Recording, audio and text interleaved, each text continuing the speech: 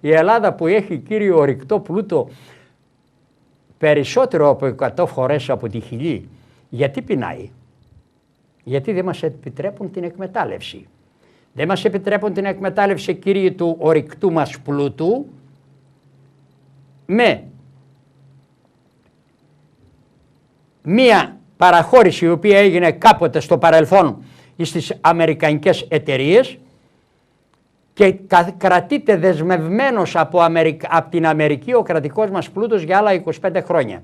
Διότι όταν πριν ένα χρόνο στις τηλεοράσεις των Αθηνών παρουσιάστηκα και ζήτησα επειγόντως η τότε κυβέρνηση να καταγγείλει τη σύμβαση Κούπερ, διότι είχε ένα τρομερό άρθρο, το 30 άρθρο, που έλεγε εάν 6 μήνες πρώτης λήξεως έλυγε στις 30/12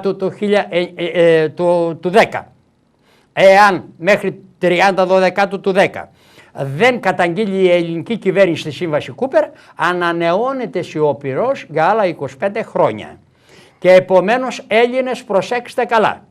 Εάν αφήσετε την ίδια κυβέρνηση και τα ίδια κόμματα να κυβερνάνε τη χώρα μας στο μέλλον, μετά από τις νέες εκλογές, πρέπει να ξέρετε ότι θα είμαστε σκλάβοι άλλα 25 χρόνια, διότι ανανεώθη η σύμβαση Κούπερ. Σιωπηρός. Και ελέγχονται όλα τα ορυκτά μας από την Αμερική. Το 10, το 2010 ανανεώθηκε. 10 συν 25 χρόνια. 10 συν 25, οπότε είναι τελειωμένη. Οπότε τότε λύγει η σύμβαση Κούπερ.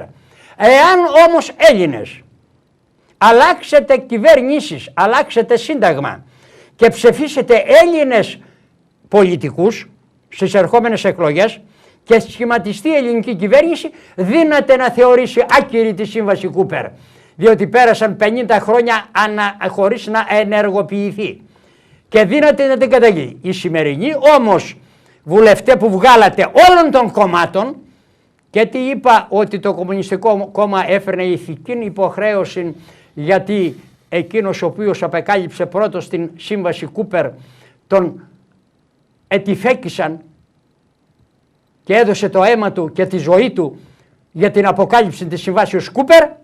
Και είχαν ηθικών έρισμα, ορθά, κοφτά και ξεκάθαρα, αφού φτάσαν 30 χρόνια να έχουν γίνει γεωτρήσεις στη Θεσσαλία, στα Γραβενά, να έχουν αποδειχθεί αέριο και πετρέλαιο, να υπάρχει η μυστική έκθεση στο ΙΓΜΕ, το οποίο είναι από την αρχηγή ελεγχόμενο και δεν τις βγάζει τις εκθέσεις να τις δώσει στον ελληνικό λαό, και εμείς να πεινάμε. Ο Χίτλερ, όταν έφερε κατοχές στρατεύματα εδώ, δούλεψαν στο χωριό Βάθη Κιλκής ουράνιο και πήρε ουράνιο και έκανε 7 βόμβες. Του τι έγιναν οι βόμβες θα το βρείτε στο βιβλίο μου αφύπνισης. Λοιπόν, έπεσαν στη Σερβία. Αυτές που ρίξαν οι Αμερικάνοι στη Χιροσίμα και Ναγκασάκι ήταν του Χίτλερ. Δεν είχαν οι Αμερικάνοι βόμβες τότε. Λοιπόν, και πάρθηκαν από το ουράνιο του Κιλκής, χωριό Βάθης Κιλκής. Δούλεψε στην Κύρκη μεταξύ Αλεξανδροπόλεως και Σαπών, κοντά στο τρένο υπάρχει ένα χωριό Κύρκη. Κοντά στο χωριό αυτό είναι τα μεταλλεία Κύρκης, τα Θειούχα Μικτά. Τα Θειούχα Μικτά είναι, αγαπητοί μου Έλληνες, θιάφι ενωμένο. Είναι η φύση έτσι. Ενώνεται με πολλά μέταλλα. Σίδηρο, χαλκό, χρυσό, μόλιβδο, ασίμι. Είναι τόσο πλούσια τα μεταλλεία της Κύρκης εις χαλκών, ασίμι, χρυσών και μολυβδών, που είναι τα πλουσιότερα του κόσμου.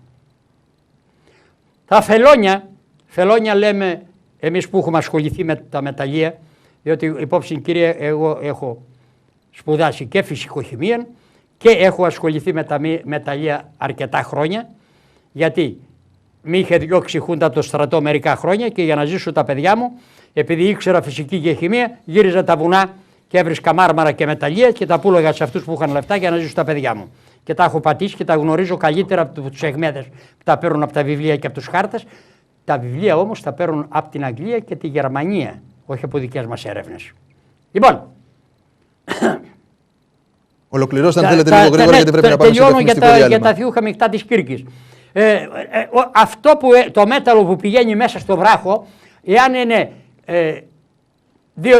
30 εκατοστά, 40 εκατοστά το πλάτος του, αυτό το λέμε θελόνι. έχει βγει από την ελληνική φλέβα. Τη φλέβα του μετάλλου μέσα στο αυτό.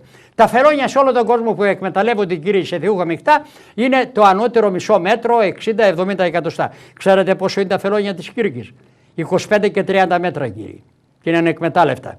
Εκείνοι που έχουν 20 εκατοστά 30 φελόνια τα εκμεταλλεύονται και ζουν τους λαούς τους.